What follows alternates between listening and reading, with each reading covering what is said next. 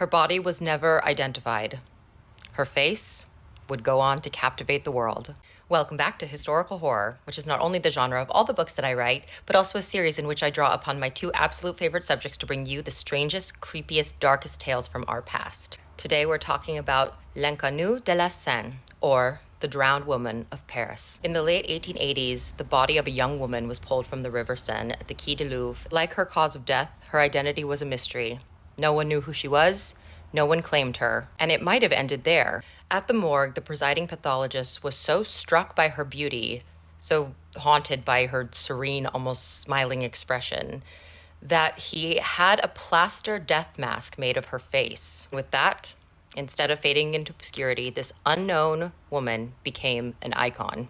She has been called La Belle Inconnue, the beautiful unknown, the drowned Mona Lisa, Ophelia of the Seine. And yet, then as now, almost nothing is known about her, save that she died a teenager, likely no older than 16. No one knows how she ended up in the Seine, whether she drowned or was thrown in post-mortem, whether she committed suicide or was the victim of foul play. Because her body bore no signs of violence or trauma, the former has largely been suspected. People positive that she was a young suicide who threw herself into the Seine and drowned. But then what of that odd, almost unnervingly serene expression on her face? Experts would argue that that expression was not one which could belong to a victim of drowning. Just another little intriguing detail that adds to the mystery. After that pathologist immortalized her face in plaster, replicas of her death masks spread across Paris and beyond. Copies ended up hanging in drawing rooms, artist studios, even fashionable salons all over Europe.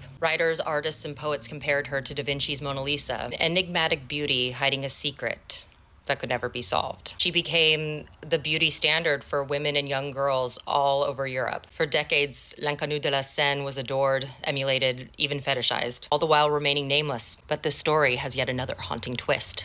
Decades later, in 1958, the death mask of L'Inconnue was chosen as the model for Resusci Anne, aka the very first CPR training mannequin, meaning that millions have practiced the kiss of life on her beautiful face. Unknown in life, never identified after death, La Belle Inconnue, the Drowned Woman of Paris, became the most kissed face in all of history.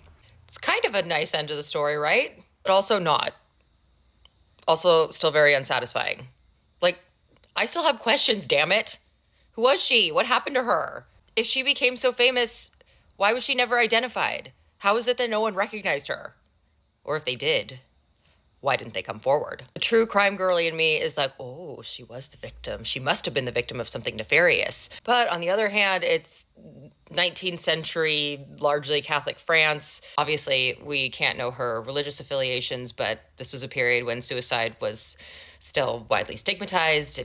It could be that. Like so many of history's annoyingly elusive mysteries, it's likely that we will just never know.